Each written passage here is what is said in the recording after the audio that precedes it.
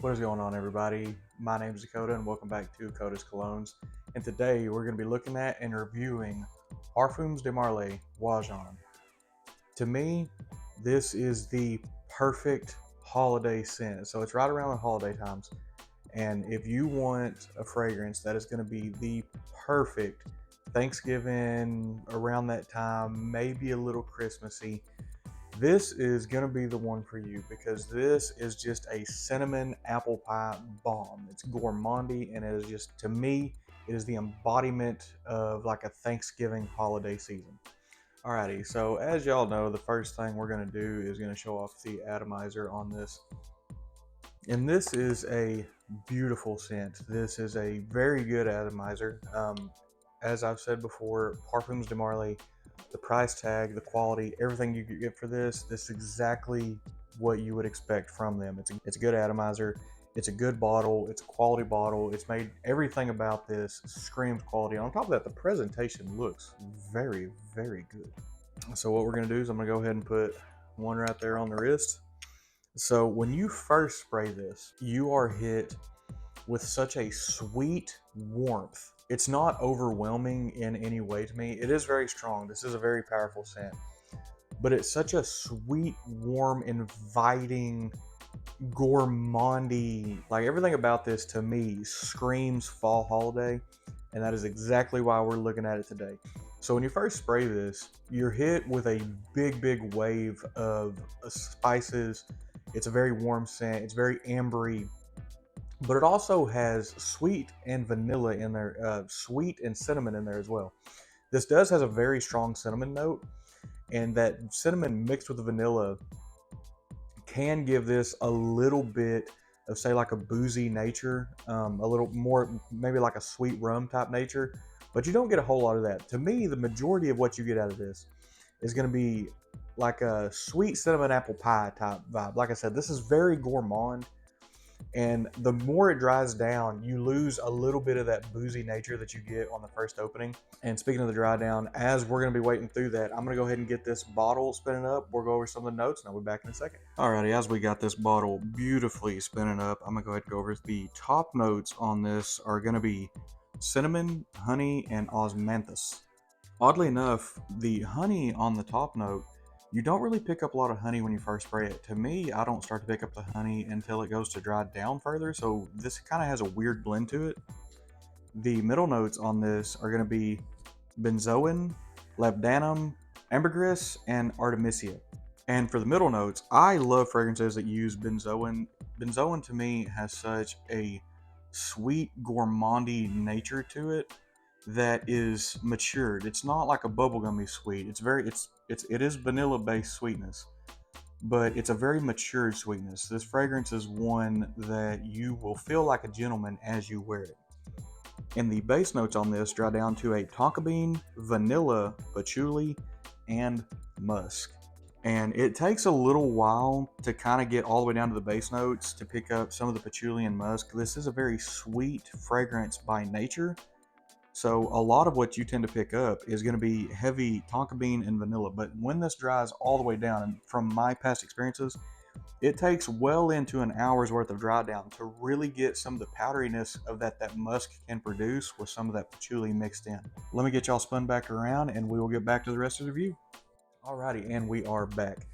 So as this dries down, it's, even though it's in the top notes, honey starts to really pull through, and it's a top note. So when I first spray this, I don't get a whole lot of honey. The honey to me doesn't start coming through until it's already dried down a little bit. The other thing that I pick up on this a lot is the benzoin. The benzoin on this is very strong, it's very potent. So whenever you mix benzoin with vanilla, it turns into be like a gourmandy. Now, the boozy nature that this could put off, I'm surprised there's not praline in this, because normally when you mix praline and vanilla, that's when you get kind of a booziness. So for how much of like a boozy nature this has, I'm really surprised it's not in here.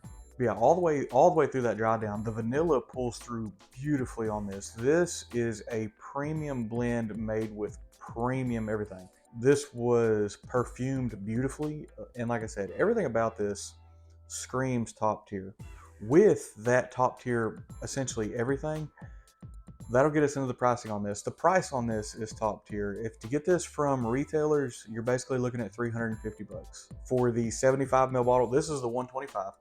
And for the 75 ml bottle, you're looking at 250. Discounters wise, it doesn't really give you much of a discount. I want to say discounters on this one for the 125, it'll get you down to around 300. So I mean, $50 is still, yeah, that's a big chunk saved. If you wanted this, I would recommend some of the Facebook groups that I've mentioned before in the past. And again, I'm going to say this again, but just because there are people out there that try to scam people. If you want to get this from one of the Facebook groups or something like that, make sure they're a trusted seller, do legit checks on them, stuff like that. Nobody's ever going to bash you for making sure that someone's real and authentic. But anyway, on the Facebook groups for this one, you can pick up the 125 for around 200 bucks.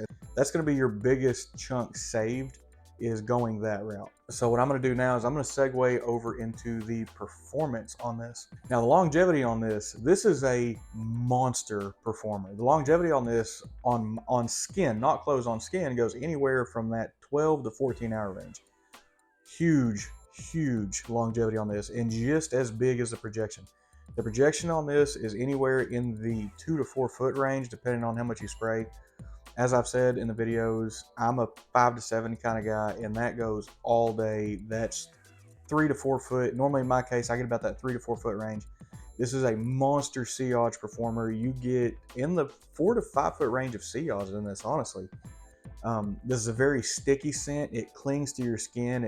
It doesn't have like that shiny, oily residue that some others have. The skin kind of absorbs this one, but as it does, it just keeps pumping and keeps everything rolling very beautifully on this. Performance-wise, it's hard to find some that would outperform this in the whole Parfums de Marly line. This is a fall and winter fragrance. In my collection, for me personally, it's a fall fragrance. It's perfect around Halloween. It's going to be perfect around Thanksgiving.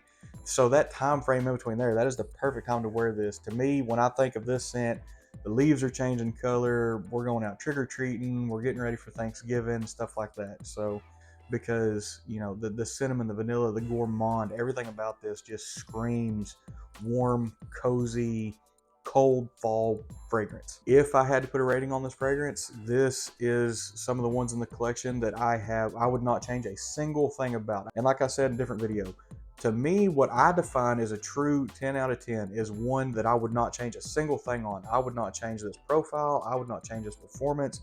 I wouldn't change the way it dries down, nothing. So 10 out of 10 for me. All right, so as of course this video's went on, it's dried down. We're pretty well all the way into the deep dry down. And this fragrance holds on to such a sweet fragrance.